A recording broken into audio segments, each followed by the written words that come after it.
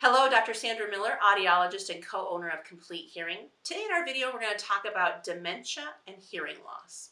If you're reading things that talk about hearing loss causes dementia, that's not true. And so what we say is there's many studies out there that are highly correlating the two together. Why does that happen?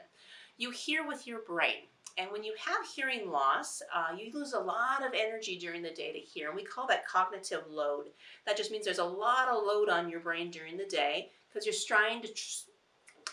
struggling to hear. And what that means is you start to use different parts of your brain to hear instead of the hearing part of your brain. And when that load happens, it kind of reorganizes your brain. And it has an effect on your ability to remember, your cognitive ability, and we see some long-term effects of it. So when we talk about people who may be starting to have some memory loss, we want to make sure that their hearing is evaluated.